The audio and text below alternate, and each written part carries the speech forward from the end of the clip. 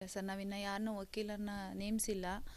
ಮುಂದೆ ಏನಾಗುತ್ತೋ ಫಸ್ಟ್ ಅವ್ರನ್ನ ಹೋಗಿ ಮೀಟ್ ಮಾಡಿ ಆಮೇಲೆ ಮುಂದೆ ಏನಾಗುತ್ತೋ ಎಲ್ಲರ ಹತ್ರನೂ ಸಹಾಯ ತಗೊಂಡೇ ಇವಾಗ ನಾವು ಮುಂದುವರಿಬೇಕು. ಈಗ ನಾವು ಓನಾಗಿ ಮುಂದುವರಿತೀವಿ ಅಂದರೆ ನಮಗೆ ತುಂಬ ಕಷ್ಟ ಇದೆ, ಸಹಾಯ ತಗೊಳ್ಳೇಬೇಕು.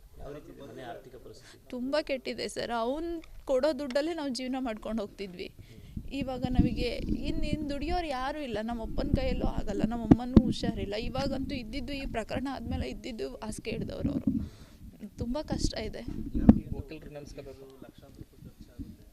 ಅದೇ ಸರ್, ಏನಾದರೂ ಮಾಡಬೇಕು. ನಾವು ಕೂಲಿ ಮಾಡ್ಕೊಂಡಿದ್ದ ಜಾಗದಿಂದ ಏನಾದರೂ ಸಹಾಯ ಮಾಡ್ತೀವಿ ಅಂತ ಹೇಳಿದ್ದಾರೆ. ನಮ್ಮ ಮಾವಂದಿರು ಏನು ಮಾಡ್ತಾರೋ ಅದ್ರ ಮೇಲೆ ಸರ್.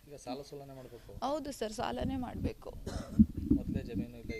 ಏನೂ ಇಲ್ಲ ಸರ್, ನಮಗೆ ಜಮೀನು ಏನೂ ಇಲ್ಲ ಸರ್. ಕೂಲಿ ಮಾಡಿಕೊಂಡೇ ನಾವು ಜೀವನ ಮಾಡ್ತಿದ್ದದ್ದು. ಬೇರೆಯವ್ರ ಮನೇಲಿ ಕೂಲಿ ಮಾಡಿಕೊಂಡೇ ಜೀವನ ಮಾಡ್ತಿದ್ದದ್ದು ನಾವು. ನಮಗೂ ನೀವೇನು ತೋರಿಸ್ತಿದ್ದೀರೋ ಅದನ್ನು ಮನೇಲಿ ಕುತ್ಕೊಂಡು ನೋಡ್ತಿರೋದು ಅಷ್ಟೇ. ನಮಗೂ ಯಾವ ಕಡೆಯಿಂದನೂ ಏನು ಇನ್ಫಾರ್ಮೇಷನು ಬಂದಿಲ್ಲ. ಯಾರು ನಾವಿದ್ದೀವಿ ಸಹಾಯ ಮಾಡ್ತೀವಿ ಅಂತನೋರು ಯಾರೂ ಹೇಳಿಲ್ಲ ಸರ್. ಸಹಾಯ ನಿರೀಕ್ಷೆ ಮಾಡ್ತಾರೆ ಅಂತ ಟೈಮಲ್ಲಿ. ಹೌದು ಸರ್, ಬೇಕೇ ಬೇಕು. ಇವಾಗ ನಾವು ಆರ್ಥಿಕ ಪರಿಸ್ಥಿತಿಯಲ್ಲಿ ತುಂಬ ಹಿಂದೆ ಇರೋದ್ರಿಂದ ನಮ್ಗೆ ಇವಾಗ ನೋಡಿ, ನಾವು ನಾಳೆ ಬೆಂಗಳೂರಿಗೆ ಹೋಗಿ ನೋಡೋದಕ್ಕೂ ಸುಧಾ ನಮ್ಮ ಹತ್ರ ಅಮೌಂಟ್ ಇಲ್ಲ. ಅದಕ್ಕೂ ಬೇರೆಯವ್ರ ಸಹಾಯ ಕೇಳಂಗಾಗಿದೆ ನಮಗೆ. ಇಂಥದ್ರಲ್ಲಿ ನಮಗೆ ಬೇಕೇ ಬೇಕು ಸಹಾಯ. ಯಾರೋ ವೆಹಿಕಲ್ ಕೊಡ್ತೀನಿ ಅಂತ ಹೇಳಿದಾರಂತೆ. ನಮ್ಮ ಮಾವ ಡೀಸೆಲ್ ಕೊಡಿಸಿದ್ರೆ ಹೋಗ್ತೀವಿ ಸರ್. ಇಲ್ಲ ಸರ್, ನಮ್ಮ ಹತ್ರ ಇಲ್ಲ. ಇವಾಗ ಡೀಸೆಲ್ಗೂ ಸುಧಾ ಅಮೌಂಟ್ ಇಲ್ಲದೆ ಹೋಗಿರೋ ಪರಿಸ್ಥಿತಿಲಿ ಇದ್ದೀವಿ. ನಾವು ಅಮ್ಮನ ಆಸ್ಪತ್ರೆಗೆ ಕರ್ಕೊಂಡೋಗಿ ಅಡ್ಮಿಟ್ ಮಾಡೋಕ್ಕೂ ಆಗ್ತಿಲ್ಲ. ಅವರು ಆಸ್ಪತ್ರೆಗೂ ಬರ್ತಿಲ್ಲ, ಮನೇಲೂ ಇರ್ತಿಲ್ಲ. ಹಂಗಾಗಿದೆ ಅವ್ರ ಪರಿಸ್ಥಿತಿ. ಅವ್ರಿಗೆ ಅಸ್ತಮ ಇದೆ ಸರ್. ದಮ್ ಇದೆ. ಹೌದು, ಅದೇ ಕೊರಗಾಗಿದೆ ಅವರಿಗೆ. ಯಾವತ್ತೂ ಯಾರ ಕೈಲೂ ಬೈಸ್ಕೊಂಡಿರಲಿಲ್ಲ, ಆಡಿಸ್ಕೊಂಡಿರಲಿಲ್ಲ. ಮರ್ಯಾದೆಗೆ ಅಂಜಿ ಬದುಕ್ತಿದ್ದವನು ಇವತ್ತು ಹಿಂಗಾಗಿದೆ ಅಂತ ಅವರಿಗೂ ತುಂಬ ನೋವಿದೆ.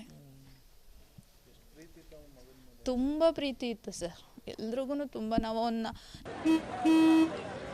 ನಡಿ ಈಗ ಶುರು ಮಾಡೋಣ.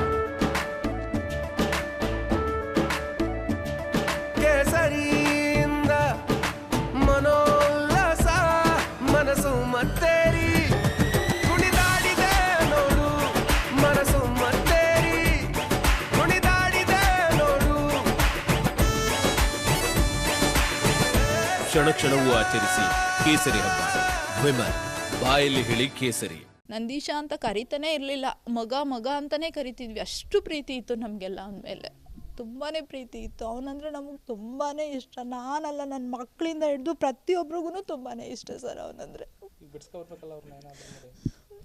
ನೋಡೋಣ ಸರ್ ಏನು ಮಾಡೋದು ಅಂತ.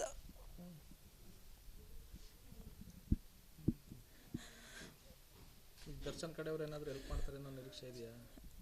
ಗೊತ್ತಿಲ್ಲ ಸರ್, ಮಾಡಿದ್ರೆ ತುಂಬ ಒಳ್ಳೆಯದು. ಏಕೆಂದರೆ ಅವ್ರ ವಿಚಾರದಲ್ಲೇ ಆಗಿರೋದ್ರಿಂದ ನಮ್ಗೆ ಆರ್ಥಿಕ ಪರಿಸ್ಥಿತಿನೂ ಕೆಟ್ಟಿರೋದ್ರಿಂದ. ನೋಡೋಣ ಸರ್, ನಮಗಿನ್ನೂ ಯಾವುದೂ ಗೊತ್ತಿಲ್ಲ ಸರ್. ಅಲ್ಲಿ ಹೋಗಿ ಮಾತಾಡ್ಬೇಕು ಅವನ ಹತ್ರ, ಆಮೇಲೆ ಗೊತ್ತಾಗೋದು. ಏನಾಗ್ತಾ ಇದೆ ಅನ್ನೋದು ಗೊತ್ತಿಲ್ಲ ಸರ್.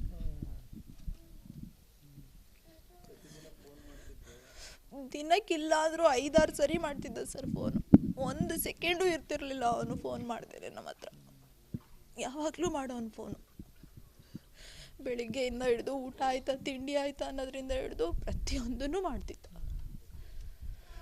ಕೆಟ್ಟಗಳಿಗೆ ಆಗೋಗಿದೆ ಈಗ. ಅಟ್ಲೀಸ್ಟ್ ಕಾನೂನಾತ್ಮಕವಾಗಿ ಹೋರಾಟ ಮಾಡಬೇಕು, ಲಾಯರ್ ಇರಬೇಕು ಈಗ. ಹೆಂಗೆ ಅಂತ ಗೊತ್ತಿಲ್ಲ ಸರ್, ನೋಡೋಣ. ಅವನ್ನ ಮೀಟ್ ಮಾಡಿಕೊಂಡು, ಹೌದು, ಬೇರೆಯವರ ಮುಖಾಂತರನೇ ಹೋಗ್ಬೇಕು.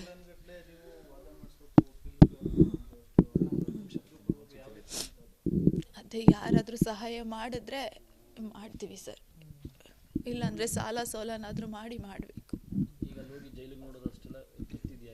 ಗೊತ್ತಿಲ್ಲ ಸರ್, ಗೊತ್ತಿಲ್ಲ ನಮಗೆ. ನಾವು ಚಾನಲ್ ನೋಡೇನೆ ಇವರೇ ನಂಗೆ ಮಾವನೇ ಫೋನ್ ಮಾಡಿ ಕೈದಿ ನಂಬರ್ ಇಂಥದ್ದು ಮಗ ಬರ್ದಿಟ್ಕೋ ಅಂತ ಹೇಳಿ ಬರ್ಸಿರೋದೇ ಹೊರತು ಅಲ್ಲಿವರೆಗೂ ನಮಗೇನು ಗೊತ್ತಿಲ್ಲ ಸರ್.